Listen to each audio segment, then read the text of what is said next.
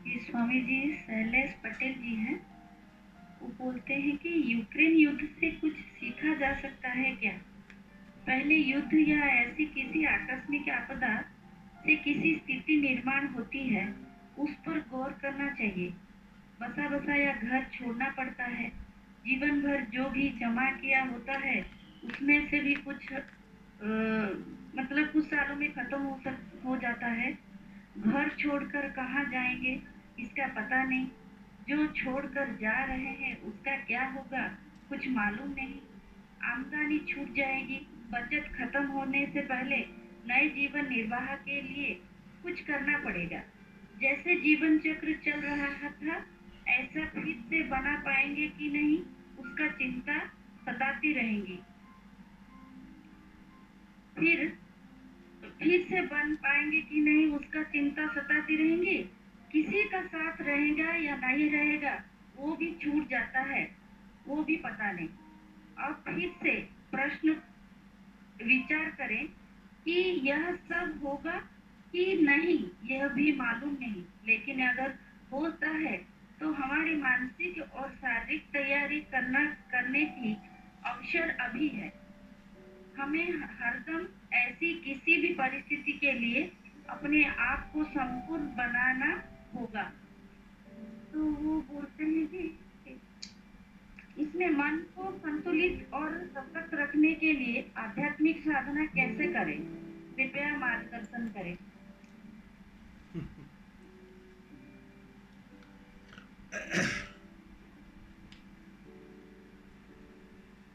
साधना तो एक ही है। जब तुम ध्यान कक्ष में बैठते हो,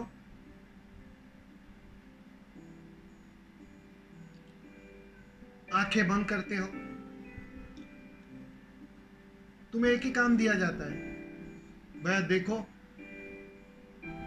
और कुछ करना मत।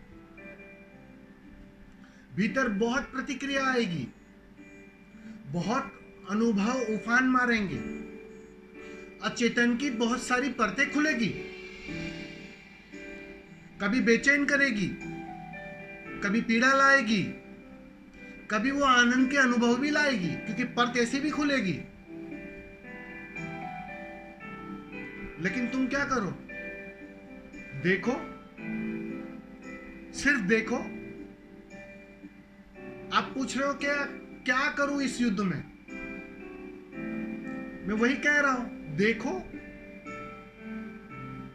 ध्यान कक्ष में ही ध्यान थोड़ी होगा।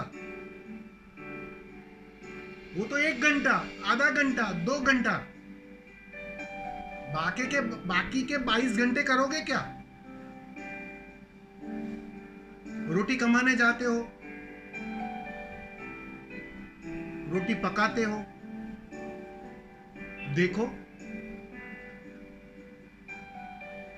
कहीं उत्सव मनाया जाता है, उसे भी देखो। कहीं युद्ध हो रहा है, उसे भी देखो। बस देखने भर से बचना नहीं है। और धीरे धीरे देखते देखते बात साफ होने लगेगी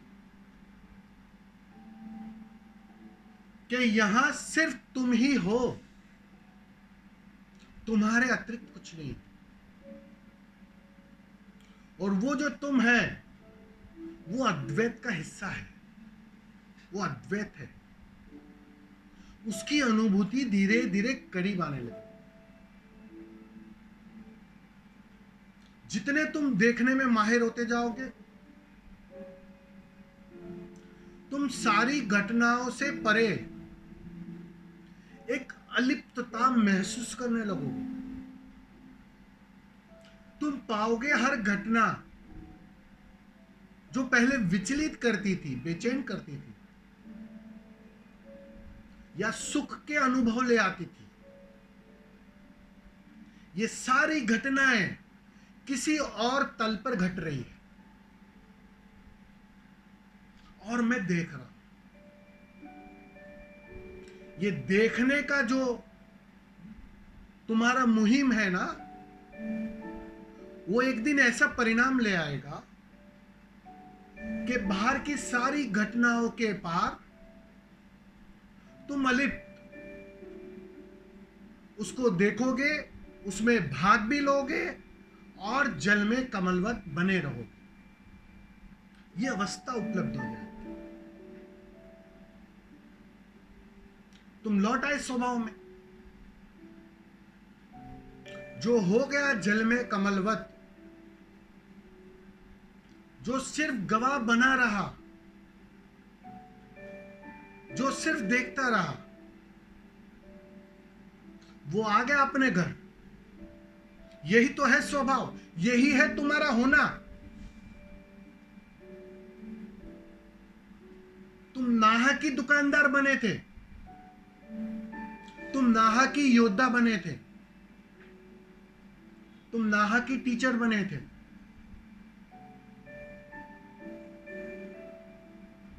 गौर करना, तुम तो वास्तव में बस बिल्कुल स्वभाव से सिर्फ देखने वाले हो।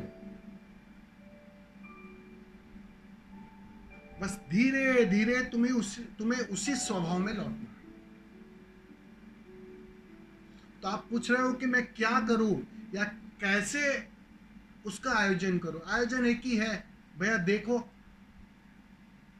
जब अच्छे दिन आते हैं, जब होली आती है, उत्सव मनाते हो ना, उसे भी देखो।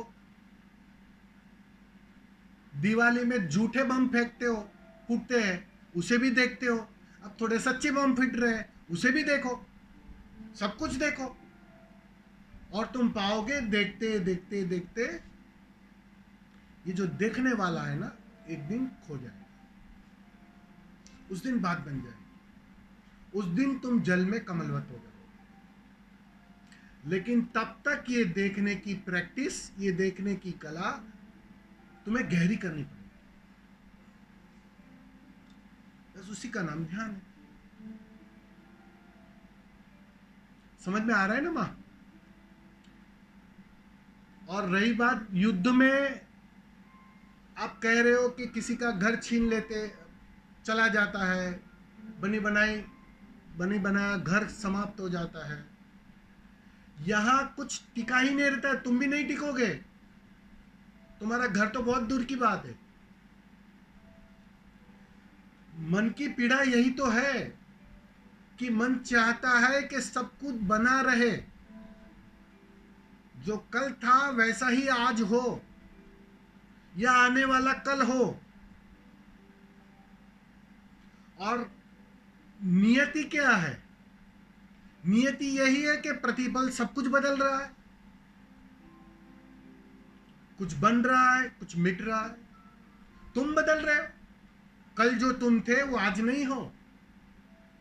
बहुत कुछ बह गया, बहुत सारे विचार आए गए, बहुत कुछ समाप्त हो गया और बहुत कुछ नया निर्मित हो गया।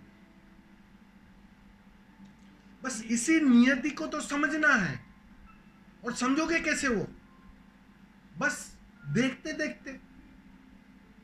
करना कुछ नहीं है, बस देखते देखते समझ जाओगे। ध्यान उसी नियति को तुम्हें पूरी तरह उघाड़ देगा। उत्तर तुम्हारे सामने आ जाएगा कि देखने से बात बन जाएगी। सारे राज खुल जाएंगे। बुद्ध के पास सारे राज खुल जाते हैं क्योंकि वो स्वभाव के नियम को जान लेता है। किया क्या उसने? सिर्फ देखा, हर घटना का गवाह रहा। तुम भी वही करो, देखते रहो और सारे राज खुलते जाएंगे। तुम पाओगे कि जो चीज आज है कल चली जाएगी, कल हो सकता है वापस आ जाएगी। ये श्रृंखला चलती रहेगी, ये खेल चलता रहेगा। ये तरंगे उठेगी और विलीन भी हो जाएगी। एक दिन तुम भी विलीन हो जाओगे। तब क्या करोगे? कौन सा प्रश्न लेकर आओगे? किसको पूछोगे? लेकिन मन बेचैन होता है। मन चाहता है जो मैं चाह रहा हूं बिल्कुल बना रहे, वैसा के वैसा। बिल्कुल वैसा ही। और यहां तुम्हारे मन के मुताबिक कुछ नहीं चलता। इसलिए तो मन परिणाम में चिंता लाता है, इसलिए तो मन परिणाम में दुख लाता है, पीड़ा लाता है, क्योंकि मन ने कुछ और मान रखा था, मांग खड़ी कर रखी थी, और तुम्हारी मांग के हिसाब से ना नियति चलती है ना अस्तित्व चलता है। तुम्हें उसके हिसाब से ढलना पड़ता है। बस उसके हिसाब से ढलने की कला का नाम ध्यान है। बस तुम ढल जाओ, उसके मुताबिक ढल जाओ, और जैसे ही तुम उसके मुताबिक ढल जाओगे, तुम पाओगे पीड़ा गई, क्योंकि मांग नहीं है।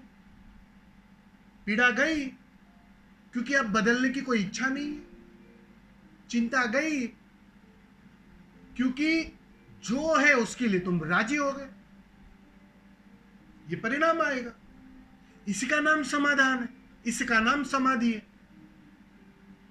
राजी है, हर पल के लिए वो राजी है। कल महल मिलेगा तो महल में भी वो रहेगा, वो राजी है। और कल एक छोटी सी झोपड़ी मिली, उसके लिए भी वो राजी।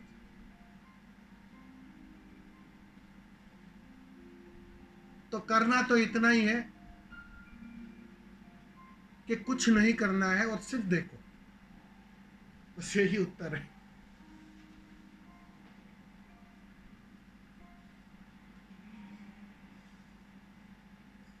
धन्यवाद। बहुत सुंदर स्वामी जी, धन्यवाद। प्रणाम स्वामी जी, प्रणाम। प्रणाम।